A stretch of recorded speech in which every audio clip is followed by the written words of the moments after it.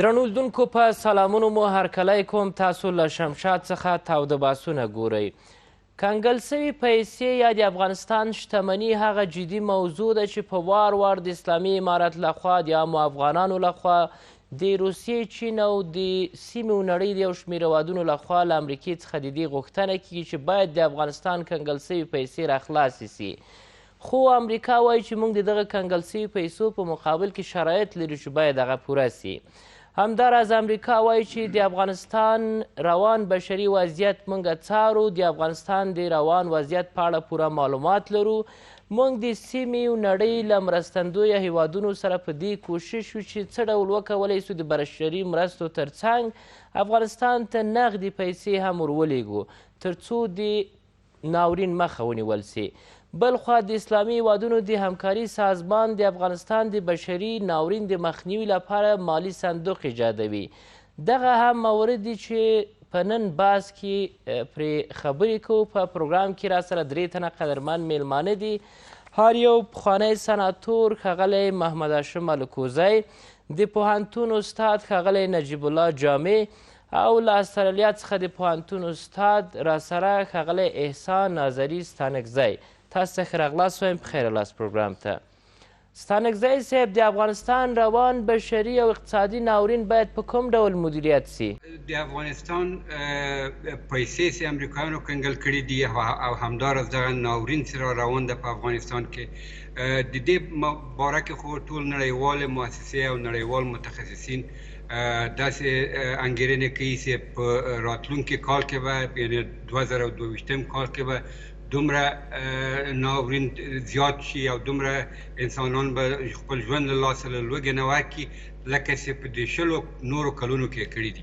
زه فکر کوم چې دغه یوه ډېر لوی غمیزه ده چې په افغانستان باندې روانه ده او امریکایان چې دي، موږ تاسې ټول پوهېږو چې د نړۍ ټولې پیسې له امریکا د هغو متحدینو سره دي او په دې اساس باندې امریکایان له دې نه د یوې مؤثرې وسیلې په توګه کار اخلي. ځینې امریکایي متخصصین حتی دا هم وایي چې اوس پخوا موږ هلته په کابل کې په افغانستان کې سرتیري درلودل، مصرف هم کوو، اوس هم له هغه نه زیات کولی شو چې په افغانستان کې نفوذ ولرو، ځکه چې موږ اقتصادي ټولې هغه زیرمې له موږ سره دي.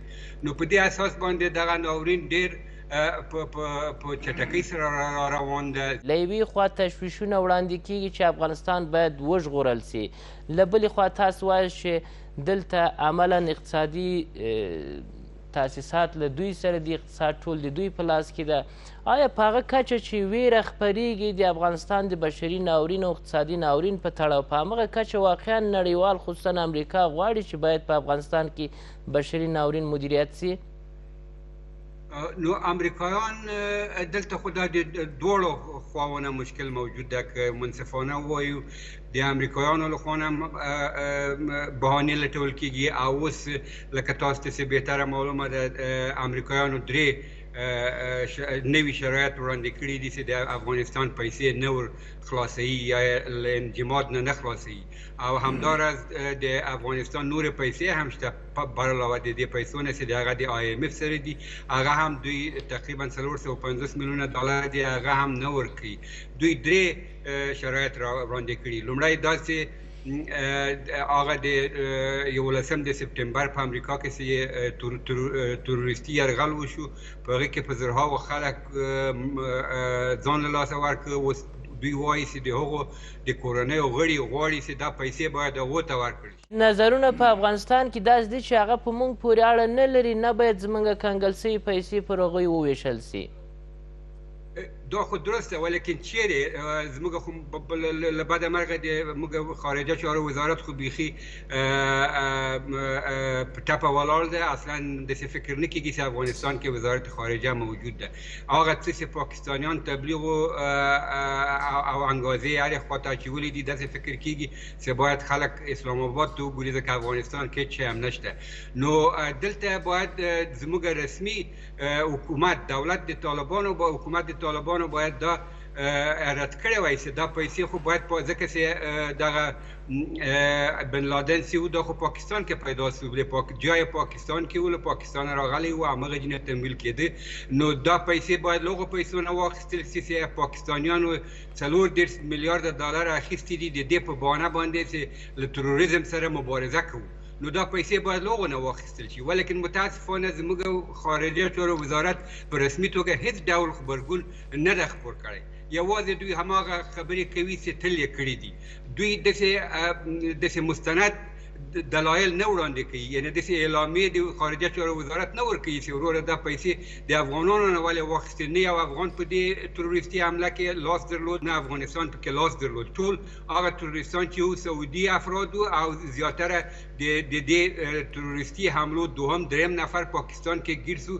پاکستان نیولې دي نو ولې له پاکستانه دا پیسې نه اخیستل کېږي او دوهم شرط دا ده ما وبخښئ چې زه دا هم باید تکمیل کړم دوهم شرط د امریکایانو دا ده چې د طالبانو لوړپوړي چارواکي همدا اوس هم چې په کابینه کې موجود دي د دوی په د ملګرو ملتونو په تور لیست کې دي او امریکایان هغه د تروریستانو په حیث باندې پیژني نو له دې کبله دا دوهم شرط دی چې امریکایان وایي چې موږ نشو کولی دا پیسې خوشې کړو او دریم دلیل د امریکایانو لا دا ده چې دا پیسې موږ ورکړو دا پیسې به څنګه په افغانانو تقسیم کېږي دا د دې پیسو مدیریت به څوک په کابل کې کوي ځکه د طالبانو حکومت خو رسمیت نه لري طالبان خو نشي کولی چې دا پیسې واخلي ځکه دوی اول باید په نړیواله کچه په رسمیت وپېژندل شي د ملګرو ملتونو نه بعد له هغه نه دا پیسې تسلیم شي وړاندیزونه یا وړاندوینې چې د افغانستان د وضعیت په اړه کیږي که هغه اقتصادي ناورین ده یا بشري ناورین دغه خبرې د افغانستان بشري ناورین په مخنیوي کې ګټه کوي که د خلکو د ذهنیت یا تشویشونو په زیاتېدو باندې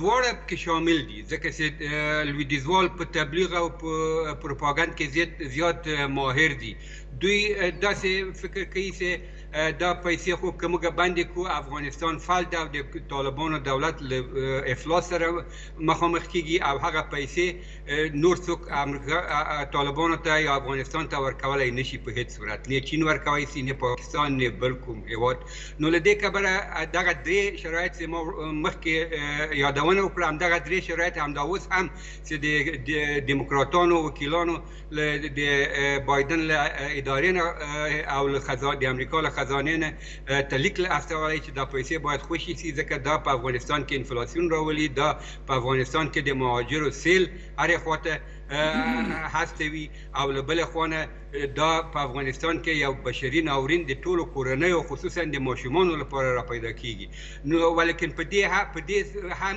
امریکایانو کومه توجه دې ته نه ده کړې په دې سره چې ټول متخصصین وایي چې د افغانستان پیسې باید ورکړل شي او نور کومکونه هم وشي ولیکن دلته د طالبانو هم مسؤلیت ده زه باید دلته منصفانه ووایم چې طالبانو تر اوسه پورې هیڅ ډول داسې عمل نه ده کړی چې دوی د خپل د دوی د په رسمیت وپېژندل شي ځکه چې دوی په رسمیت وپېژندل شول بیا دا ټول مسایل اسانه کېږي د اسلامي امارت مسؤلیت څه شي ده په دغه برخه کې چې کنګل شوي پیسې راخلاص شي لومړی مسؤلیت د دوی دا ده چې دوی هغه د بشري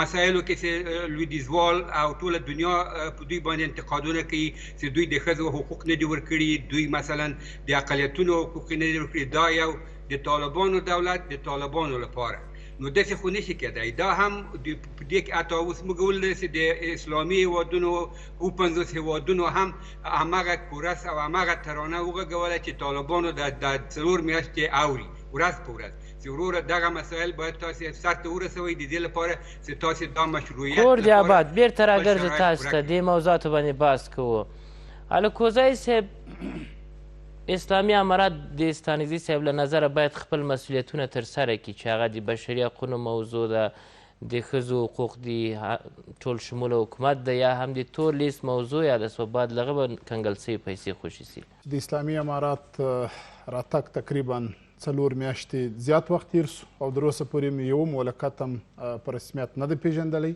او تر اوسه پورې د افغانستان ولس او د افغانستان خلک په ځینو مشکلاتو ستونزو کې چې هغه د نه رسمیت پیژندل دی د طالبانو ډېر افغانان په ډېر سخت حالات کې فعلا قرار لري د د یوې خوا څخه موږ وګورو چې ملګري ملتونه او یا جمع امریکایان یا ناټو یا همسایه هېوادونه چې په خوله باندې یوه خبره کوي او په عمل کې بله خبره کوي او کله طالبانو ته یوه بانه او بله بانه او هغه شرطونه ورته ږدي در ډېره ده چې موږ وګورو زه وایم چې دغه ټوله شرطونه ملګرو ملتونو بالخصوصا امریکایانو طالبانو ته ایښي دي، دا ټوله سبا پرک هم دغه امریکایان او دغه کفار هم بیا دغه طالبانو ته دغسې بانې کوي او بیا هم دغسې یوه بانه او بله بانه باندې غواړي چې د طالبانو د رسمیت پیژندل نور هم وځنډوي. اسلامي امارت شرایط پوره کړي دي. تاسې وګورئ در ډېره ده پرې که موږ وګورو د اسلامي امارت ځواکونه یا د دوی ګوند یا د دوی ډله 20 کاله په افغانستان کې جګړه کړې ده او په دې 20 کاله جګړه کې همدغه ملګري ملتونه همدغه ناټو همدغه خلک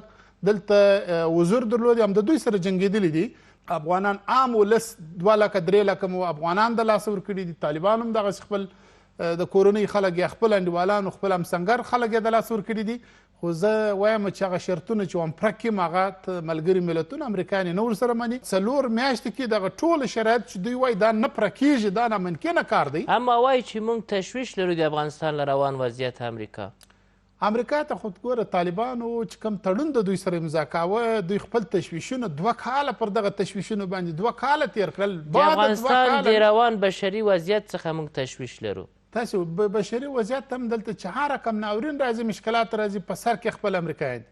تاسو وګورئ دوستانو وویل چې دلته ټول زموږ اقتصادي او زموږ بشري او ټول ناورین چې دي هم دغه امریکایان د سرچینه هم د امریکایان دي. دلته افغانان رالل 20 کاله په افغانستان کې تېر کړل او په دې 20 کاله کې دوی موږ ته دغسې یو بنیادي کار نه وکړي چې نن افغانان دغه څخه استفاده وکړي او افغانان خپل مشکلات حل کړي. په دې 20 کاله جګړه کې خپل افغانان ځله ټوک ټوک کړل، خپل افغانان ځله اخته کړله او په هر کور کې موږ کونډه لرو، په هر کور کې موږ یتیم لرو، په هر کور کې موږ که ملکي دی که طالب دی که د نظامي خلک دي. دا ټوله دربدره دي. نن افغانان دغسې یعنې خوار و زار او دغسې دربدره او د جنګ په سترو لمبو کې سوځلې پرېښوله او دوی ووتل ولاړل او اوس بیا یوه بانه او بله بانه هم کوي چې موږ په رسمیت اما امریکا وایي چې تر اوسه موږ باور نه لرو چې دغه مرستې به واقعا عامو خلکو ته رسېږي که طالبان یې خپله اخلي. تاسې وګورئ دلته به طالبان په دغه اسلامي امارت کې دا اوس 2 لکه 3 لکه وبوله، نور خو تاسې نور ټول عام ولس دی، نور ټول د افغان اوسېدونکي دي او افغانان خلک دي. طالب د دوی مرسته طالب چې راځي هم دلته وسیږي. طالب خو هم د امریکا د بله ځای نه دی راغلی، د دغه افغانستان اوسېدونکي دي، د دغه افغانستان د خلکو بچیان دي، هم د دغه افغانستان د خلکو اولادونه دي، هم د دغه خلکو وطنداران دي. څنګه مرسته دوی اخلي؟ په هغه شی هغه غلاوي هغه نارواوي هغه ظلمونه چې په تېر نظامونو په تېر وختونو کې وسول، زه درته وایم چې اوس په اسلامي امارت په مشرانو کې در ډېره د پورې دا نسته. تاسې پرون یا اول ورځ ما یو لیکنه د یو مولوي ولیدل چې د شیخ هیبت الله اخندزاده د امیرالمؤمنین په هکله کړې وه چې ډول ما یو کور کرې کړی دی چې هغه 6 متره خونه ده، په هغه کې زه سپورټ یعنې ما په دغه څو وخت د بیت المال په یو موټر کې هم نه یم سپور سوی، یو عسکر یا مجاهد هم په ځان نه دی پسې کړی، یعنې دا په دې خاطر چې بیت المال سره دغه ونسي. یعنې دوی دغه نظام یو پرهیزګاري کوي او زموږ په هر کې د 18 رقمه خواړه دلته 18 رقمه خالي غوښ پخېدلې. نو دغه شیان باید موږ د لرې کړو چې دی وایي ولس ته نه رسېږي او طالب ته رسېږي، پر دغه باندې د دوی تشویش نه کوي. بل د تور لیست موضوع یاده سوله ستانکزي صاحب چې دغه هم یو لوی شرط ده ځکه خو دوی باور نه کوي. تور لیست کې چا راوستلی؟ خو دغه امریکایانو به راوستلی، خو هېڅ دی که د تور لیست دا اوس چی دی چې د تور لیست په دې کې هم ستا سره نور کار لري. په تور لیست کې خو تا راوستلی دي، خو اوس هېڅ دی که خو تړون دې ورسره امضا کوي، موافقه دې ورسره وکړله، دوی دې په رسمیت هلته لا په رسمیت پېژندلي وه چې تا تړون ورسره امضا کوي. ټرمپ تا د دغه ملا برادر اخوند سره تا تقریبا 1 ساعت یا 40 دقیقې د خبرې ورسره وکړلې، رسمیت پېژندل خو په هغه ورځ وسو چې تا په دوحه کې د دوی سره امضا وکړل، تړون دې ورسره امضا کوي. نو بیا ولې پر د تور لیسه نه باسي؟ په هغه ورځ په دغه ماده کې لیکلي وو چې همدغه طالبان د تور لیسه باید ووځي، ولې دې نه دي ایستلي؟ خو تا عمل نه دی په کړی. طالب خو هغه څه چې تا ویل 1 کال یا 1.5 کال تا تېر کړه، ستا یو امریکایي هم دلته مردار نه سو، ټول ټانګانو زغروال ټانګوري همغه پاکستان ته چې د پاکستان نه راغلی برته د هغه پاکستان ته یوړل، زموږ څه چې دې کړي هغه دې ټوله وران کړه، خراب دې کړه، برته ولاړې. دا تا مشکلات هم ټول خپل امریکا په تا کې دي. اما امریکایي چارواکي وایي چې اسلامي امارت خپل شرایط نه دي پوره کړي، نو حتی امکان د دې شته چې موږ سفارت هم خلاص نه کړو. په 4 میاشتې کې ټول شرایط چې دوی وایي هغه ناشوني دي چې ګرده پرسي په قرار بیا پرکي. موږ پر طالبان هم دا غږ کوو چې هغه غوښتنې چې هغه د اسلام څخه وتلي نه وي، هغه شرطونه ورپوره کوي.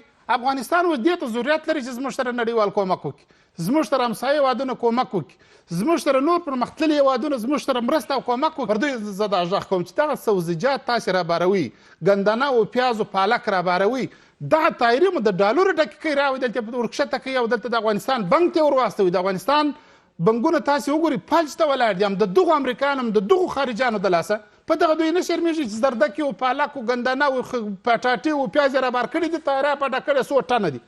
دغه ټنونه د افغانان دي، دلته په دې ټن من باندې دا کار نه کېږي. دلته 40 میلیونه خلک ستا مرستې ضرورت لري، 40 میلیونه ته صرف تشریفاتي کارونه کوي، طایرې درله یوه جوګه درله بله جوګه درله. چاره نه ده د دې دا خوراکي مواد دا چاره نه لري. موږ دلته خپله سبزیجات په د لارې دغه ته چې وروځي هلته وروره هر څه موږ سبزیجات خپل په مځکو خپله زراعتي ملکي ټول شیان موږ لرو، صرف موږ د دوی ډالرو ته ضرورت لرو چې د افغانستان بانک تېرواسي او د افغانستان بانک ډک یا د دغه لارې څخه شخصي بانکونو ته ولاړ شي او د افغانستان د ولس او د افغانستان د خلکو هغه پیسې چې په بانکونو کې یا په نورو ځایونو کې او د دغه ځای کې د خیریه بنسټونو مرستې دي هم د طالبانو د رهبرۍ لاندې او د افغانستان بانک او د افغانستان د مرکزي نورو نقطو څخه دي باید افغانانو ته وویشل شي. اما امریکا وایي چې موږ په یوازې ځان نسو کولی د افغانستان د اقتصادي او بشري ناورین مخه ونیسو. امریکا ټول هغه هېوادونه جمع ناټو دا ټول ستا د لاسپوسي دي او ته چې څه ورته وایې هغه درسره کوي، هغه کومک او همکاري ستا په لپسون باندې ټوله دا کوي.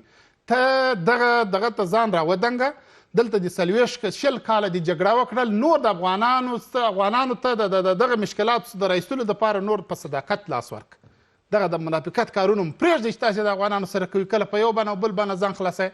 دا خو کار نه دی چې دوی زموږ سره کوي. په دې خو ټول افغانان ټول خلک کله چې خوراکي مواد ګټه نه کوي نو دا چې دوی خوراکي مواد بیا رالیږي دا بیا څه معنا ورکوي؟ دا یو تشریفاتي کارونه دي او خلکو نړیوالو ته دا ښیي چې ما دغونه جګې طایرې ورلې چې زه له دغو طالبانو پر ځای وایي چې خوراکي مواد او دغه ټن من او دغه دوا دا در وخت تېر شیان میندې ما ورته برته یې بار که ولاکې دلته راسه کښته کړې. نو زه نه یم په دغه کابینه کې، زه نه یم داسې ورته دا برته یوسه خپل هغه خلکو ته یې ورکړه، دلته خلک مه په راوژنه.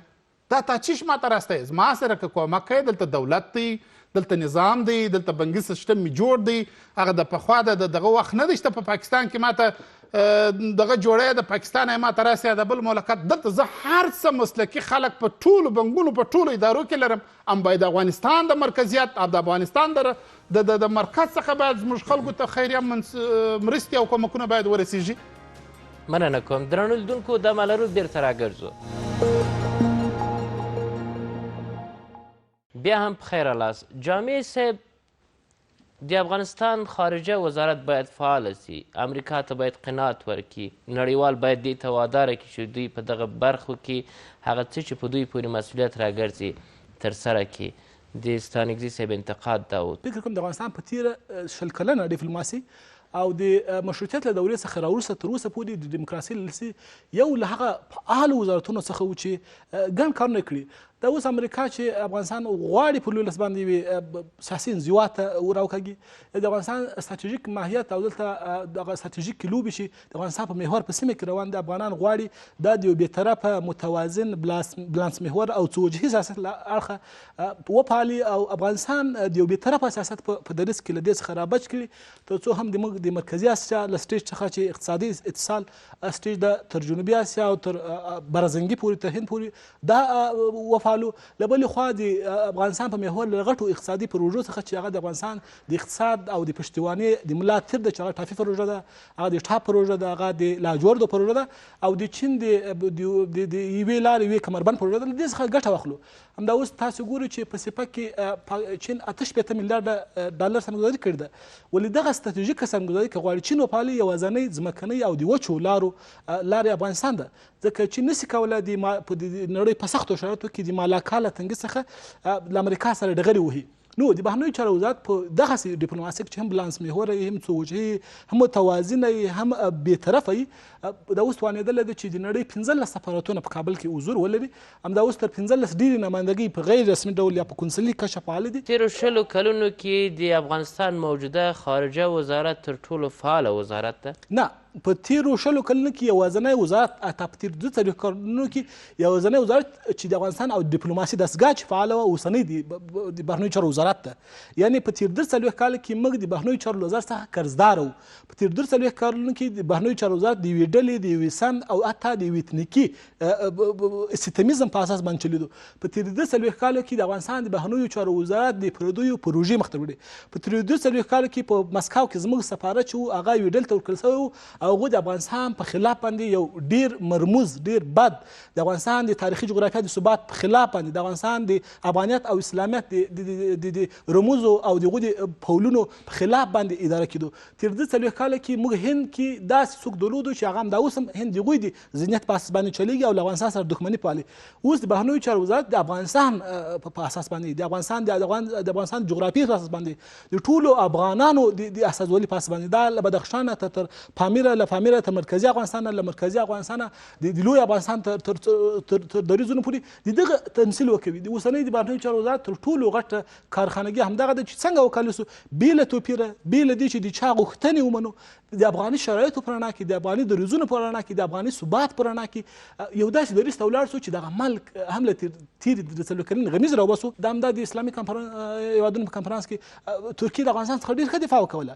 همدغه اسلامي د نړۍ په ګڼو ناستو کې ګڼو هېوادونو جاپان یا چې دا اوس تازه $100 ملیون مثلا کړي، همدغه جرمني چې د اروپا په بلاک کې اوس له افغانستان سره غواړي اړیکې جوړ کړي، همدغه د فرانسې ولسمشر چې وایي چې تېر 40 کاله کې فرانسه د افغانستان د اکثریت په خلاف باندې دلته اتنیکي پروژې مخ ته وړي. همدا اوس فرانسه په دې دریځ ده، په دې باور رسېدل دا د بهرنیو چارو وزارت صلابت ده، د هغوی کاري مسؤلیت ده او افغانستان ته ژمنتیا ده چې راځي وایي له اروپا سره په کابل کې ګډ ډیپلوماټیک نمایندګي اخلاصوو. همدا اوس د افغانستان دښمنانو چې په افغانستان کې وو هغوی چې د افغانستان له هویت څخه د افغانستان له وجود څخه د افغانستان له تاریخ څخه انکار کول او دا د جبر کرښې بللې د هغوی د ټولو ادعاو په خلاف باندې همدا اوس دوی په کولاب کې مونډه دي. ولې نړۍ د افغانستان د نړۍ د پام په محور ده. په دې پام د محور تر ټولو مهم ټکي همدغه ده چې جیشل څو وارې پرلپسې غونډې کوي. افغانستان د اروپا په غاښ کې ده. مرکزي اسیا له افغانستان سره د کابل سقوط نه 3 ورځې وروسته د مرکزي اسیا پلاوي د ازبکستان پلاوي د ترکمنستان پلاوي راغلل او کابل کې د خپلو تاریخي پروژو او د مرکزي اسیا د خزر سمندرګي د روسیې له تاریخي انزوا څخه د ساتلو پخې افغانستان خپل نجات لاره وبلله. همدا اوس چین په تا کې ګټې ګوري. همدا اوس هند په دې هڅه کې د سلطا سره هغه د عقدې ډیپلوماسي او رابط پای ته ورسوي او په یو واقعي سیاست کې هغه افغان دریځ څخه د افغان ګټو په اساس باندې د افغانانو د لومړیتوبونو په اساس باندې د افغانستان د بقا په اساس باندې وپالل سلطا سره دغه کوي. اما دلته انتقاد دا و چې ولې دغسې یو ذهنیت نړیوالو ته نه دی ایجاد شوی چې مستقیم باید له افغانستان سره په تماس کې مثلا د مرستو موضوع یادیږي، دا مرستې نه باید په 3 هېواد کې وي، دلته مستقیم له افغانستان داخلا دا اندېښنه په جای ده. خو د دې لپاره واضح دلایل دي. امریکا لکه د ویتنام جګړه کې تېر 20 کاله دلته یو داسې روایت خلق کړی و چې یو څوک چې به حتی یو وخت کې په پښتو غږېدو هغوی به یې طالب بلل، هغوی چې به بیا طالب او هر طالب یې ترهګر بل او هر ترهګر یې د وژلو لاک بل. او طالب لپاره یوازینی انتخاب همدا و چې یا به زندان ته یا مرګ یا زندان. اول انتخاب یې مرګ و، دوم یې زندان و. د امریکا نیمه نړۍ د افغانستان او د طالب په خلاف باندې اغواړي کړې وو په یوې ډېره ناروا کرغړنه او بدرنګه جګړه کې چې یوازینۍ پایلې همدغه نن مات اقتصاد ده، همدغه داسې اقتصاد چې افغانستان دغه پند او زرګونه افغانان لکونه افغانانو وژنې همدا نن هم دوی همدغه ترجدوی همدغه ربړه همدغه غمیزه کې لګیا دي چې څو د افغانستان یو شمېر کدرونه چې موږ هغوی ته ضرورت لرو او هغوی افغانان ګڼو او په دې باور چې موږ پر ټول افغانان په ټوله کې به د هېواد په ودانولو رغولو او عزت او سیالۍ کې برخه واخلي. دا کستانګزی صاحب د کوم بل افغان ده. خو امریکا دلته دومره دښمنۍ راولاړې کړي دي. خو بیا هم د افغانستان اسلامي امارت د بهرنیو چارو وزارت د سقوط نه وروسته او د کابل له نیولو سره د 40 د اسد باندې نړۍ ته دا پیغام ولېږل چې تر پرونه زموږ رسالت، تر پرونه زموږ دریځ، تر پرونه زموږ مبارزه د دې ملک د ازادۍ مبارزه وه، د دې ملک د هویت مبارزه وه، د افغانستان د راټولولو مبارزه وه، د افغانستان د ماتېدو څخه د ژغورنې مبارزه وه. نن موږ له تاسو سره چې دغه دریځ ته رسېدلي یو په دغه محور قرار لرو. موږ دغه زموږ شخصي اجنډا نه وه. راسئ دلته هغه تاسو څه د بشر د حقونو په اساس باندې اشغال کړی وو، راسئ د انساني حقونو، راسئ له بشري محورونو او هغه نظم چې نړۍ کې تاسو د هغوی د برژنیف منسکي د لیدونو په اساس له هغوی څخه چیغې وهئ سینه دربوئ راسئ خو حقیقي ډول له افغانستان سره مرسته وکړئ تاسې به د دوحې د هوکړې په اساس باندې له موږ سره تاسې خاوره ستاسې ګټې ستاسې جغرافیه ستاسې امنیت به له افغانستان څخه نه ګوښل کېږي ولې راسئ دلته له افغانستان سره د افغانستان د افغانانو د مشروع دریځ په اساس باندې د افغانانو د مشروع ګټو په اساس باندې په خپلې سیمې کې طالبان ترې غوښتنه وکړه چې راسئ د افغانستان په قانونو کې پانګونه وکړي. شرایط چې امریکا لري نظر دا و چې باید دغه شرایط پوره سي امریکې ته چې دوی دغه کنګل سوي پیسې هم خوشي کړي او تعامل وکړي. ګور د نړۍ مشروع شاید دا زموږ خپل لومړیتوب ده زموږ ضرورت ده او د دولت او ملت په پورن کې دا زموږ ضرورت ده چې موږ له نړۍ سره مشروع اړیکې ولرو د نړیوال کلي او د نړیوال نظم د فعال غړي په توګه باندې هغوی مشروع غوښتنې دا که د دولت ملت په چوکاټ کې ومنو خو د امریکا غوښتنې تر ډېره استعماري دي او دا حتی د نوي استعمار په لیدونو په اړونو نه دي ولاړې بلکې دا د زاړه استعمار د هغه فرهنګي استعمار څخه اخیستل شوي دوی وایي تاسې به داسې حکومت جوړوئ چې زموږ د استعماري مهرې هغه مهرې چې هغه په افغانستان کې په قومي ټیکهدارۍ په مذهبي افتراق باندې په قومي تعصب باندې په لساني فساد باندې اخته وي افغانستان یې ټکولی و افغانستان یې د نړۍ لومړی درجه فاسد هېواد رامنځته کړی و افغانستان یې انزوا کړی افغانستان یې د یو بلاک په غېږ کې اچولی و افغانان یې د خپل اختیار د خپل اقتدار د خپل تاریخي حرمت چې احمدشاهي دکتورین د احمدشاهي دکتورین میرویسي سپارښتنې چې کله شاه محمود هوتک ته وایي چې ورسه اصفهان ونیسه هغه په غلامۍ په بلواکۍ په تپلواکۍ په ټردربۍ باندې نه دي ولاړې هغه د افغانانو په هویت باندې ولاړ دي. اوس امریکا غواړي چې تاسې دا خلک راولي امریکا غواړي تاسې امریکایان د ښځو حقونه نه غواړي دوی ښځو ته د رسېدو لپاره دلته حقونه غوښتو خو موږ د ښځو حقونه د ښځو د کار حق د ښځو د تعلیم حق د ښځو په ټولنه کې د مسؤلیت حق ځکه که موږ غواړو چې ټولنه صنعتي کړو ښځې باید د ټولنې د نیمې برخې کې ګډون ولري او دا زموږ د تاریخ غوښتنه ده دا زموږ د ارزښتونو برخه ده موږ په تاریخ کې تاسې د میوند تر جګړه کې چې ځئ د ایوب خان نوم نه اخلئ هلته د ملالۍ نوم اخلئ تاسې د کابل په فتح کې د محمد د ګڼو قهرمانانو نوم نه اخلئ دلته د غازي ادي نوم اخلئ تاسې په کابل کې د زرګونو نورو ملالو نوم اخلي تاسې د میرویس نیکه سره د زرغونې انا نوم اخلي تاسې د احمدشاه ابدالي سره د هغې د مور نوم اخلي بنان د ښځو حقونه د ټولګډون حکومت مسله او هغه شرایط چې موږ وکړو افغانستان ته په ثبات ورکړو هغه شرایط چې افغانستان کې د نظام د نړېدو لامل سوي هغه د اوسني نظام مسؤلیت ده هغه د افغانانو فرض ده هغه د تاریخ د تکرار څخه د مخنیوي په برخه کې زموږ هغه ټینګ روایت ده او زموږ ضرورت ده موږ به ښځې ته له مکتبه تر پوهنتونه له پوهنتونه تر دفتره حق ورکوو ښځې سم په ټولنه کې ډېرې مخکې له چې امریکا غوښتنه وکړي موږ به د قومي ټیکهدارانو د زباني ټیکهدارانو او د تنظیمي ټوفکیانو پاټکیانو او د سنګوریانو او د اربکیانو له جوړونکو څخه پرته به د هزاره قوم محترم پر ولسي نفوذ لرونکي په افغانستان باندې یو باورمن او هغه چې دلته اجرې او دیرې لرلې هغه به راولو په تاجک کې به هغه خلک راولو چې هغه د کوهدامن رښتینه نماینده په ازبک کې به هغه خلک راولو چې هغوی په افغانستان باندې باور درلودل په بل قوم کې به هغه څوک راولو چې هغه د افغانستان د اراضي تمامت د افغانستان د ثبات لپاره او په دې هېواد کې خپل عزت عظمت ګټي ډېره مننه کوم جامع صاحب تانکزی صاحب دا چې چین روسیه افغانان اسلامي امارات ټول په وار د دې خبره کوي چې کنګل سوي پیسې باید راخلاصې سي ولې د دوی غږونه پر امریکې تاثیر نه لري یوه مهمه مسله چې زه باید ووایم دا ده چې په افغانستان کې د طالبانو بریالیتوب دا د ټول ولس بریالیتوب و او دا یو تاریخي بریالیتوب و ولیکن بریالیتوب هغه وخت تثبیت کیږي هغه وخت تاریخي بڼه نیولی شي چې هغه په ښه صورت مدیریت شي او هغه ملت یو څه لاسته راوړي یو دغه په دغه مسایلو کې د افغانستان هم موږ کورني قسم خوړلي دښمنان لرو هم بیرونی لرو چې دوی ټول غواړي چې د طالبانو او د لویدیځوالو ترمنځ باندې واټن باید زیات شي دوی په مقابله کې سره راشي او دوی د مقابلې په نتیجه کې دوی خپل مرامونه مخکې بوزي ټول استعماري دي که ووایو چین ووایو د چین ټول اقتصادي مرستې چې دوی کوي اول دوی $1 هم بلایوز پیسې چاته نه ورکوي یا پیسې هم چې ورکوي پور او هغه پور هم په هغه لومړۍ میاشت کې بیرته چکه غواړي او بل روس خو د کومک توان نه لري او اوس د نړۍ 15 بانکي سیستم نقد پیسې ټول له لویدیځوالو سره دي نو د دغو لپاره زه فکر کوم وروسته له دې نه چې طالبانو امریکایان وشړل د موږ له هېواد نه او طالبان بریالي شول. اوس باید طالبان په دې باندې پوه شي چې موږ بیا هم لویدیځوالو ته ضرورت لرو. په عموم کې دغه غږونه چې د کنګل سوي پیسو پر خلاصون کې کیږي نه اورېدل کیږي. د سیاست میز ته چې خلک کېناستل یا سیاست چې کوي هلته بیا اخلاق، هلته بیا دین، هلته بیا هیڅ شی نشته. لکه چې لویدیځوال وایي کله چې د پیسو معامله سي ټول د یو دین پیروان شي. نو په دغه حساب باندې باید موږ پوه شو چې هغه شی چې موږ کولی شو زما په اند باندې طالبان داسې کار کړی لکه ځان یې کلابند کړي دي، لکه یو سړي چې ځان په کلا کې بند کړی او مهرباني قلف هم ورچولی او د قلف کلیم له ده سره یي. زه فکر کوم چې طالبانو په لوی لاس باندې دغه خپله دغه حالت راوستلی. که چیرې طالبان ځینې حقایق ومني او دوی هغه په عمل کې پلي کړي، هغه د لویدیځوالو دلیل له منځه ځي، بیا دوی هېڅ شی هم نشي کولی. دلته یوه مسابقه لکه د شطرنج مسابقه سي، همغسې موږ یو فعال وزارت خارجه ته ضرورت لرو. څه کم څلوېښت یا څه باندې څلوېښتو کلو کې اول ځل ده چې موږ اصلي او حقیقي ادرس د افغانستان وړاندې کوو. دلته په 20 کلو کې بهرنیو چارو وزارت یو تنظیم یا یو ډلې پورې اړه درلود چې هغوی به د افغانستان پر ځای همغه ډلې ته لابیګري کوله. نن افغانستان حقیقي ادرس او فعال ادرس بهرنیو چارو وزارت ده.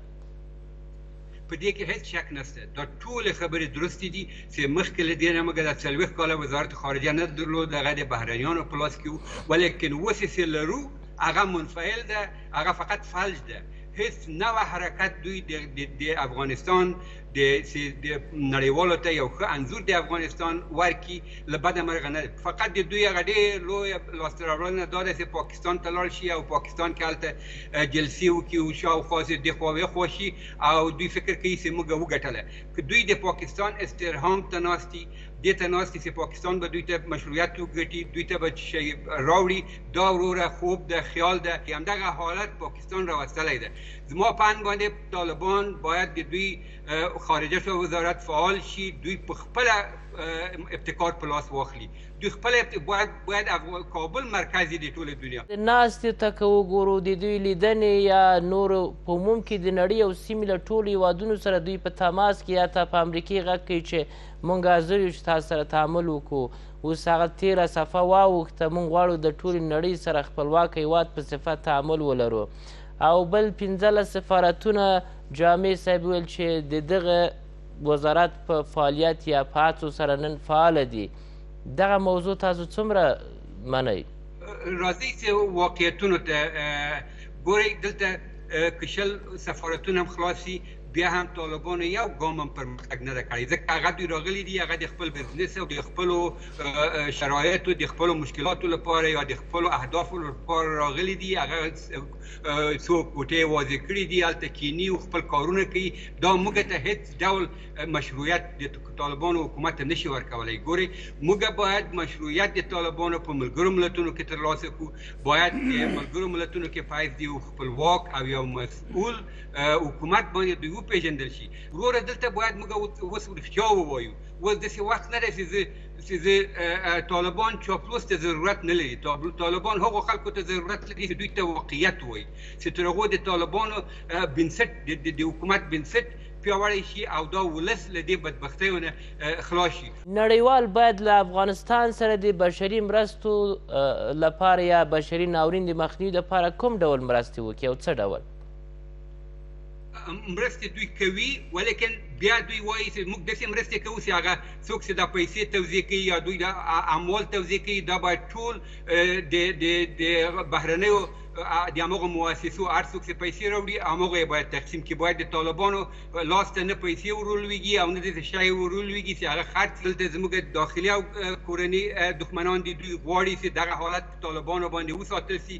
تر هغو پورې طالبان هېڅ دنیا په رسمیت ونه پېژني او طالبان پاکستان ته احتیاجي او پاکستان د موږ او تاسې اسرائیل وي او افغانستان فلسطین. ډېره مننه کوم. حالت ته موږ روان یو. که چیرې طالبان هوښیار نیسي، که چیرې طالبان یو ژور بدلون رانولي په خپله کابینه کې، په خپله پالیسیو کې عملي تحولات رانولي، زه فکر کوم چې دغه حالت نورم کړکېچن کیږي او خدای مکړه چې دغه ګټلی بازار، دغه ګټلی میدان د طالبانو به بیا مفت مننه کوم ستا نظر صاحب. او زموږ ټول ولس به بیا په اور کې د دوزخ په اور کې ولویږي. زیاتره مرستې په درېیم هیواد کې ترسره کیږي. دغه مرستې هم که ځینې هیوادونه کوي هغه نیم په افغانستان کې داخلي افغانانو ته کوي، نیمې چې مهاجر سوي په نورو هیوادونو کې. دا څومره کولی شي چې ګټور تمام سي؟ علیزی صاحب موږ مطلقا د دې سره زه خپله مخالف یم او افغانستان خپله یو مستقل او پر ټول افغانستان باندې یو حاکم نظام لري او مسؤلیت هم د دوی دغه دی چې د خپل ولسونو ته، خپل خلکو ته، هر مملکت، هر هغه څوک چې خیریه او بشریه مرسته راستي باید مستقیم من طالبانو ته راوي او طالبان باید د خپل مسؤلینو ته باید خپل والیانو، ولسوالانو، ښاروالانو ته هدایت ورکړي چې د هغو د اصولو مطابق هغه مستحقو او غریبو بیچارهګانو خلکو ته ورسول سي. دا کومه لار ده؟ دا هغه موږ تاسې د تیر تاریخ موږ تاسې ولیدئ چې پخوا د هغه بل مهاجرت کې چې افغانان لاړه، په میلیونو افغانان لاړل، همدغه هېوادونه و، همدغه د دوی دپاره یو لنګه غوا وه چې کله به مرسته د افغانانو په نامه راتلل او نیمه به دوی وړل، نیمه بیا افغانانو ته ویشل. اوس بیا د دوی بیا دوی هغه لنګه غوا جوړوي چې بیا پر درېیم هېواد کې او په څه رقم یو کې یا هر مملکت شی خپل خلک ورسره راستي. دلته چې ته راوستې چا ته ورکوې؟ دا اوس چې مرستې راغلي دي، دا اوس تقسیمونه سوي دي، زه به دا درته وایم چې دا عادلانه نه دي سوي. که چیرې د طالبانو په لاس کې وای، د طالبانو هر والي، هر ولسوال، هر ښاروال، هر د اوضاع امیر مسؤلیت درلودی چې غریب بیچاره او هغه څوک چې سخت ضرورت ورته لري هغو ته یې ورورسوي. اوس خو هغه څوک راځي چې هغه یا په خارج کې ورسره په تماس کې، یا د ایمیل ادرس ورسره ولري، یا داسې یو شی ولري چې هغه دوی ورسره په ارتباط کې. هغه زما د سارا، هغه زما د کلیو بانډو خلک، هغه کونډیان او یتیمان خو نه واټساپ لري نه ایمیل لري. هغه څنګه د دغه صاحب د مؤسسې یا د دغه مؤسس چې دلته راځي شی ویشي د دې ادرس څنګه پیدا کړي؟ کې نه و، کې پیدا نه کړي، هغه داسې خوار و غریب پاته دی. مطلقا زه د دې سره مخالف یم. مستقیم من باید د افغانستان ټول سیستم اوس برابر دی، یا د پخوا افغانستان نه دی، بنګي سیستم ته باید وسپارل سي. په بل هېواد کې افغانان مهاجر دي، هلته د هغوی سره مرسته وکړي، دا د افغانانو دپاره څومره ګټور؟ هېڅ زه نه غواړم، هېڅ نه ورته وایم چې د افغانستان دغه ولس چې در به دره د جنګ په سرو لمبو کې سوځل کېږي، اول مستحق هم دغه افغانان دي چې دلته په افغانستان کې دي. امریکا تا چې افغانان 1 لک 2 لکه بوتله نو چې بودي تل 20 ساعته ورکه ډوډۍ پر کمپونو کې د کښېنولي راسان ورکوي نو ورکه اوس یې وساته. نو زما د خلکو حق او حقوق چې د افغانستان د دربدره کونډې و یتیمو بیچاره تاسې دې بازار ته وګوزه اوس راتللم، دغه سیاسري، دغه ماشومان، دغه کوشنیان، دغه خلک چې پر دې سړکانو باندې ولاړ دي او د چا څه ماشوم ورڅخه د چا څه زه برای پرې 11 بجو باندې 4 ساله بستر روغتون ته ولاړم، یو دوست مریض و، نیمه شپه یو څوک راز کوشنی ماشوم ورڅخه په غېږ کې نیولی ناست دی چې د ماښام ډوډۍ نسته، څنګه کور ته ولاړ سم؟ دا خپل زما د سترګو لیدلی یال ښه امریکا شته 280 میلیونه یا 264 میلیونه کومک د افغانستان د خلکو سره کړی دی. کوم دي چاته دي ورکړي دي؟ ومرا و د افغانستان بانک ته ورکړه، د افغانستان مرکزي بانک ته ورکړه، وزارت مالیې ته ورکړه.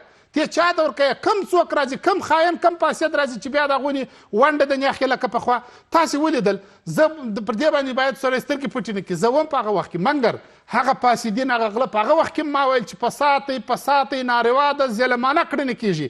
ښه هغه خلک چې نن دلته راتلل در مویب او در فضلي او در بلو بله پورې، هغه څوک چې نه کور دلته و نه ځای دلته و، هر څه ډالر چې راتللی دوی تقسیمېدلې، یو نوي کود پلانکی نوي کود برته امریکا، برته مستقیم من امریکا ته تللې.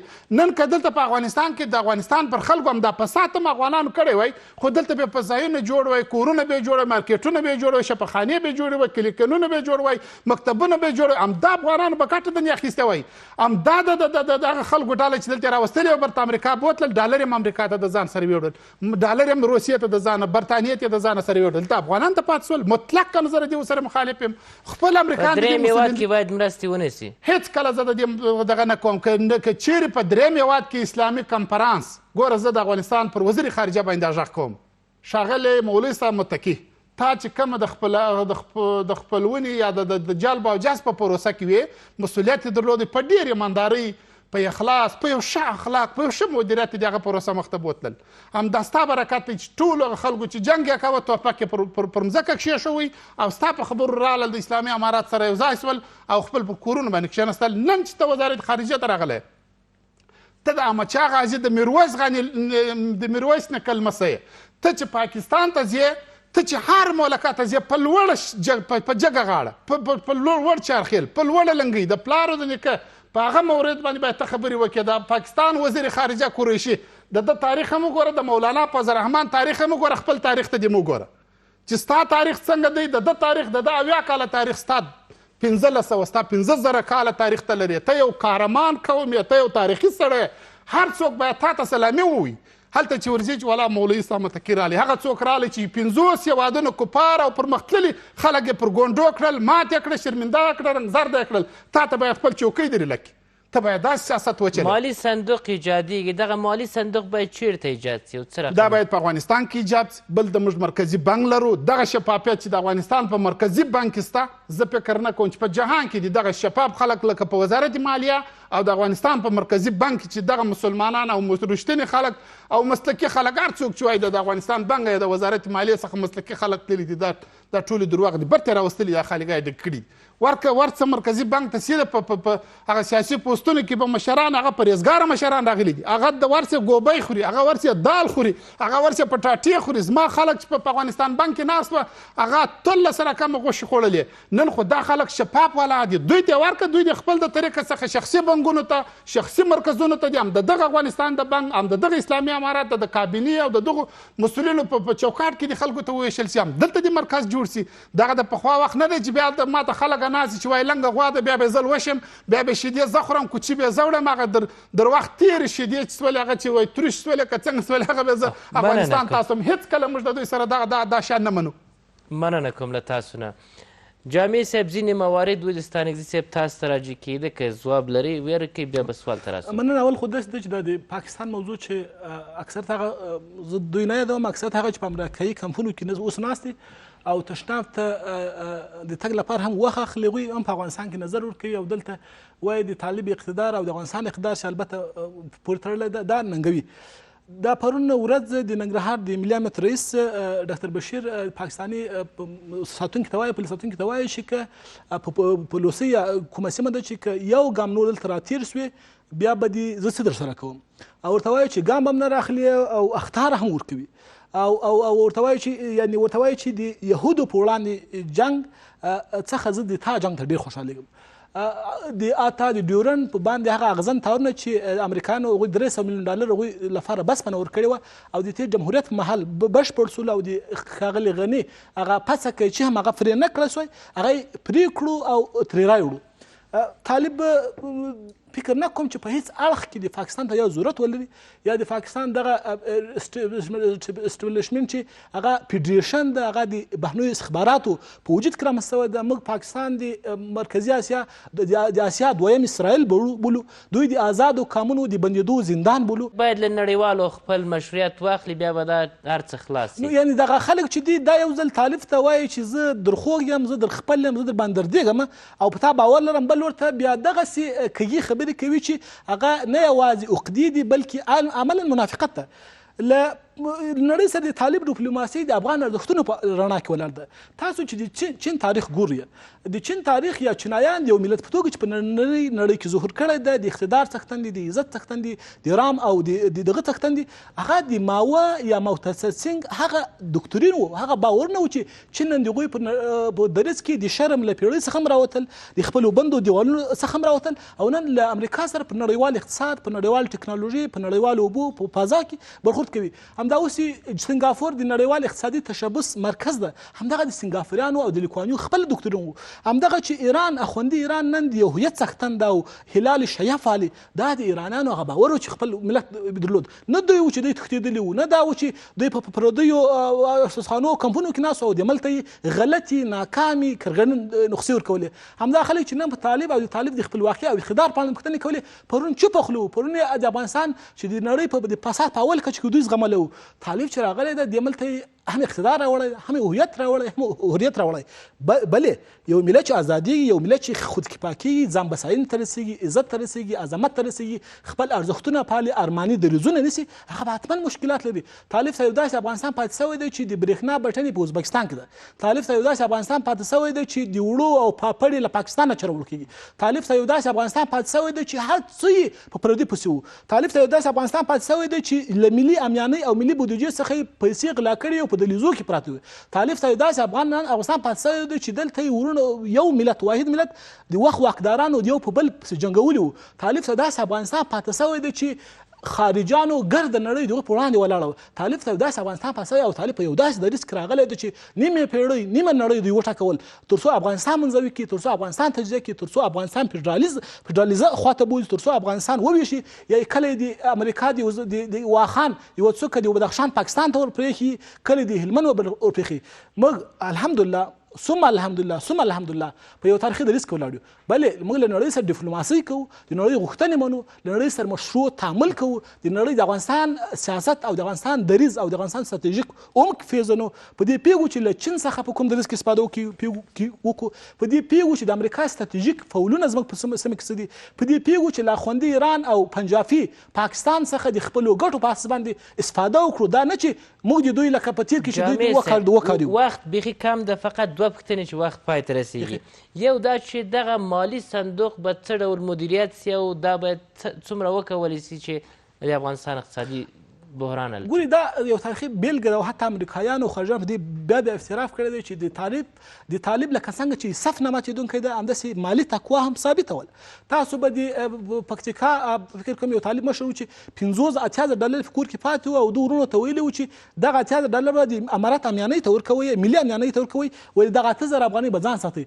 بنا نړۍ ته دا مهمه ده او د نړۍ دا فرض ده او د دولت ملت په چوکاټ کې که چېرته استعماري لیدونه نه وي، که چېرته امریکا غیر مشروع غوښتنې ونه لري، د نړۍ دا فرض ده چې د دولت په فورم کې چې دا د دوی خپله غوښتنه ده، دا د دوی خپل نظم ده، د افغانستان سره به ټولې مرستې، له افغانستان سره به ټولې اړیکې، له افغانستان سره به هر ډول تعامل د اوسني حکومت، د اوسني دریځ او د افغانستان د مشروع نماینده په توګه چې په ټول هغه د درې اصل چې د نظام د تعریف لپاره، د حکومت د تعریف لپاره او د دولت د فرستیج او د اتوریتي لپاره تعریفېږي، هغه جغرافیا ده، هغه جمعیت ده. هغه په دغه جغرافیا او جمعیت باندې یو حکومت او واکدار قابضیت ده چې باید واکمن. طالب نن په دې جغرافیا باندې واکمن ده. د طالب حکومت کې د ټولو افغانانو البته شراکتي او سهمي او دغسې ساسج او همبرګر ګډون، بلکې مشروع ګډون چې د ټیکهداري نه ده، خدمتګاري ده، خادمیت ده، د دوی ته کار کول دي، د دوی د برم او عزت ساتل دي. دا که په خلیج کې په افغان وي، دا که په بل ځای کې، په هره ژبه چې ګویا وي، چې افغان وي، د خاورې ترجمن وي، د هغوی باید نمایندګي وکړي. دا د هغوی هم پیپرز ده. بنا دغه صندوق اجازه کې دا که د اسلامي نړۍ جوړوي، دا باید مستقیما د الکوزي خبر دیږي کې تایید وړ چې دا باید په افغانانو تر رهبري لاندې، د افغانانو تر پالنې لاندې، د افغانانو تر مدیریت لاندې او د زموږ د لومړیتوبونو په اساس باندې. داسې نه چې دوی لکه ما چې مخکې چاته وویل چې مجاهدین په وخت کې له سوډان نه چې کچالو تیاره رابار کړي او دلته په کابل کې شان اخیستو، دغه کچالو دغه د وروګرځوي. موږ د یو سال ملت توګه باندې د دوی تر اخر نه خو جامع صاحب کور دی اباد. ډېره مننه کوم الکوزی صاحب له تاسو، ستانکزی صاحب له تاسو. درنو لیدونکو زموږ رسالت دا دی چې تر تاسو حقایق ورسوو. موږ د هر چا نظر ته احترام لرو. د خدای په امان. له لیدلو مو مننه.